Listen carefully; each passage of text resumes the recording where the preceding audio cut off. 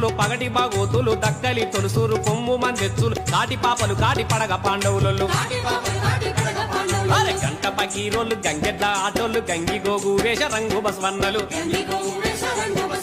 సత్య సావిత్రి కథ చెప్పే సిందోళ్ళు మల్లన్న మా దాత కథ చెప్పే ఒక్కోళ్ళు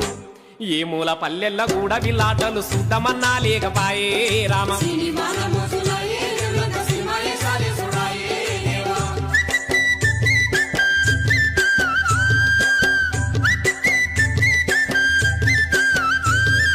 పెసరు నువ్వులు ఉలువ అలిసంత పజ్జొన్న వేరు శనగ బుడ్డ శనగ మక్క జొన్న కంది మిరప పసుపు అనుము ఇందాల్ కూరలు సోమలు వాటంగ వరి పంట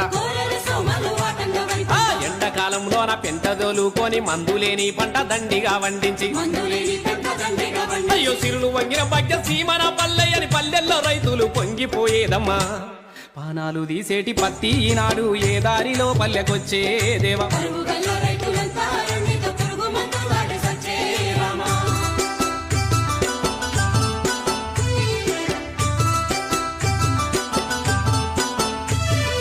నాయర్కల మేము చుట్టాల మార్గము పోతే ఎంతో గావు రంగ చూసేదిరా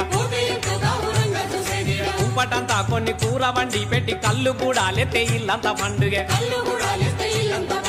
రోజుకొక్క ఇంత భోజనాలు పెట్టి ఇసురలెన్నో ఇచ్చి వాయినాలు పెట్టి మళ్ళొచ్చేటప్పుడు ఊరి అమడదాకా సాగగోలి కళ్ళ నీళ్లు తీసేదిరా ఇప్పుడింటికి చుట్టమొస్తే ఓయ్ రామ ఇడుపులెంటా తీరుగాలిరా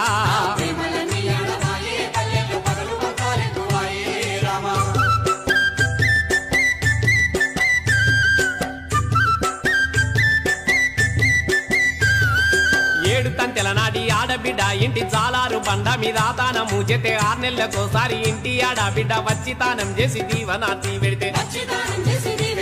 అయ్యో ఇంటిల్లి పాదికి మోక్షం కలిగి మన సంసారం మిగిరెక్కి సల్లగుండేదట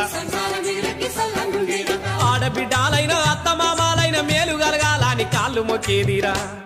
ఆడబిడ్డల మర్చిపాయే పల్లెల్ల ఆలు పిల్లల ముఖ్యమాయే రామ